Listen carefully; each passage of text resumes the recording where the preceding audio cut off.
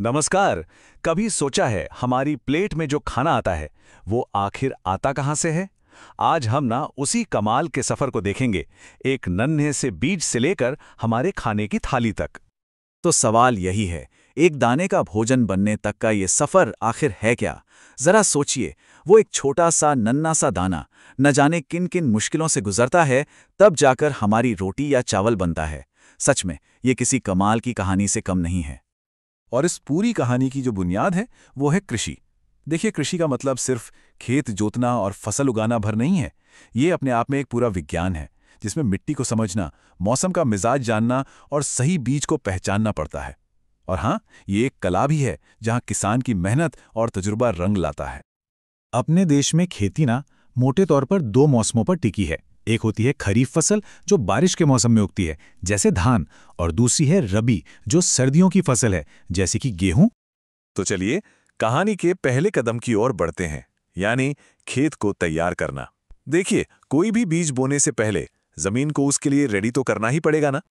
इस तैयारी में दो बहुत जरूरी स्टेप्स हैं। पहला, जुताई, जिससे मिट्टी एकदम भुरभुरी और ढीली हो जाती है ताकि पौधे की जड़ें आराम से फैल सकें। और दूसरा है खेत को समतल करना, मतलब लेवलिंग। ये इसलिए जरूरी है ताकि जब पानी दिया जाए तो वो हर एक पौधे तक बराबर पहुंचे। और यहीं पर दिखता है टेक्नोलॉजी का असली कमाल। सोचिए, एक जमाना था जब बैलों से खेत जोतने में कई कई दिन लग जाते थे, और आज ट्रैक्टर वही काम कुछ ही घंटों में और कई ज्यादा अच्छे से कर देता है। तो ठीक है, खेत तो अब तैयार हो गया। अब आता है कहानी का दूसरा और शायद सबसे जरूरी हिस्सा, बीजों की बुवाई और फिर उनकी सिंचाई। लेकिन यहां एक सवाल दिमाग में आता है ना, कि इतने सारे बीजों में से सबसे अच्छे, सबसे हेल्दी बीज किसान चुनते कैसे हैं? क्योंकि भाई, अच्छी फसल की नींव तो एक अच्छा बीज ही होता है। इसका एक बड़ा सीधा साधा तरीका है।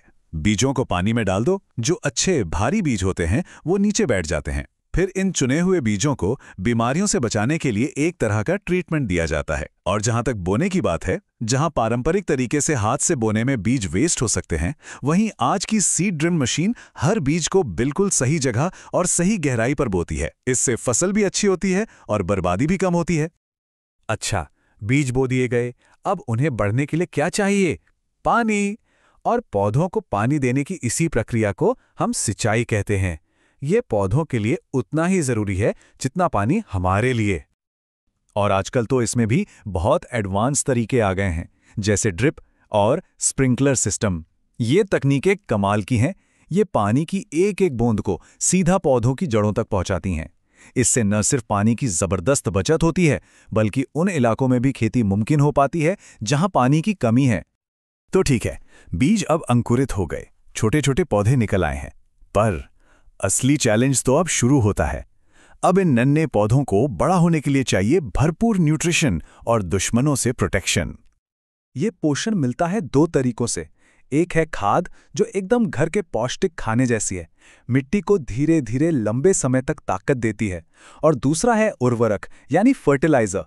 इसको एक एनर्जी ड्रिंक की तरह समझ सकते हैं, जो पौधों को तुरंत जरूरी न्यूट्रिएंट्स का बूस्ट देता है। फर्टिलाइजर सुनने में तो बहुत फायदेमंद लगते हैं, लेकिन यहाँ एक बहुत बड़ा सवाल खड़ा होता है। क्या होगा अगर इनका इस्तेमाल जरूरत से ज्यादा किया जाए? इसका जवाब सीधा है। इन केमिकल फर्टिलाइजर्स का बहुत ज्यादा इस्तेमाल मिट्टी के लिए एक धीमे जहर जैसा है। ये धीरे धीरे मिट्टी की जान ले लेता है, उसकी उपजाऊ शक्ति खत्म कर देता है। इसीलिए एक सही बैलेंस बनाना बहुत बहुत जरूरी है। अब पोषण की बात तो हो गई, लेकिन फसलों का एक और बड़ा दुश्मन है जिससे उन्हें बचाना होता है, और वो है खरपतवार। ये खरपतवार असल में वो बिन बुलाए मेहमान हैं जो हमारी असली फसल का धूप, पानी और पोषण सब कुछ चुरा लेते हैं। तो इनसे निपटने के लिए किसान केमिकल्स का सहारा लेते हैं। खरपतवार को हटाने के लिए हर्बिसाइड्स और कीड़े मकोड़ों को मारने के लिए पेस्टिसाइड्स का इस्तेमाल होता है। ये फसल को तो बचा लेते हैं, लेकिन हाँ, इनके सही इस्तेमाल और इनके असर को लेकर सवाल हमेशा बने रहते हैं। तो महीनों के इस कड़ी मेहनत के बाद आखिरकार वो समय आता है जिसका इंतजार था। कहानी अब अपने आखिरी और सबसे एक्साइटिंग पड़ाव पर है, फसल की कटाई और फिर उसका भंडारण। इस स्टेज पर दो मेन काम होते हैं। पहला है कटाई, यानी जब वो लहलहाती सुनहरी फसल काटी जाती है। और दूसरा है मड़ाई या थ्रेशिंग, जिसमें मेहनत से उगाए गए दाने को भूसे से अलग किया जाता है। और यहाँ एक बार फिर टेक्नोलॉजी अपना जादू दिखाती है। ये जो बड़ी सी मशीन है, ये है हार्वेस्टर। ये वो काम कुछ घंटों में कर देती है जिसे करने में दर्जनों मजदूरों को कई दिन लग जाते थे। मतलब कटाई और मड़ाई दोनों काम एक साथ। चलिए, फसल कट गई, दाने भी अलग हो गए, लेकिन कहानी अभी खत्म नहीं हुई है। एक बहुत जरूरी सवाल अब भी बाकी है। स्टोर करने से पहले अनाज को अच्छी तरह सुखाना इतना जरूरी क्यों होता है? इसका सीधा सा कारण है नमी। नमी मतलब फंगस और फफूंद जैसे दुश्मनों को खुली दावत। अगर अनाज को ठीक से सुखाया न जाए तो वो खराब हो सकता है, यहां तक कि जहरीला भी हो सकता है। इसीलिए हमारी फूड सेफ्टी के लिए ये स्टेप बहुत ही क्रिटिकल है। और बस आखिर में सुनहरे सोने को यानी अनाज को बोरियों में और बड़े बड़े गोदामों में संभाल कर रख दिया जाता है।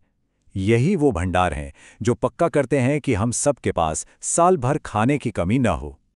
तो देखा, बीज से लेके गोदाम तक का ये पूरा सफर, ये हमें एक बहुत बड़े और जरूरी सवाल पर लाके खड़ा कर देता है। जिस तेजी से दुनिया की आबादी बढ़ रही है, क्या साइंटिफिक खेती यानी वैज्ञानिक तरीकों से की जाने वाली खेती हमारे भविष्य की खाद्य सुरक्षा की गारंटी दे सकती है? ये एक ऐसा सवाल है जिस पर हम सबको सोचने की जरूरत है।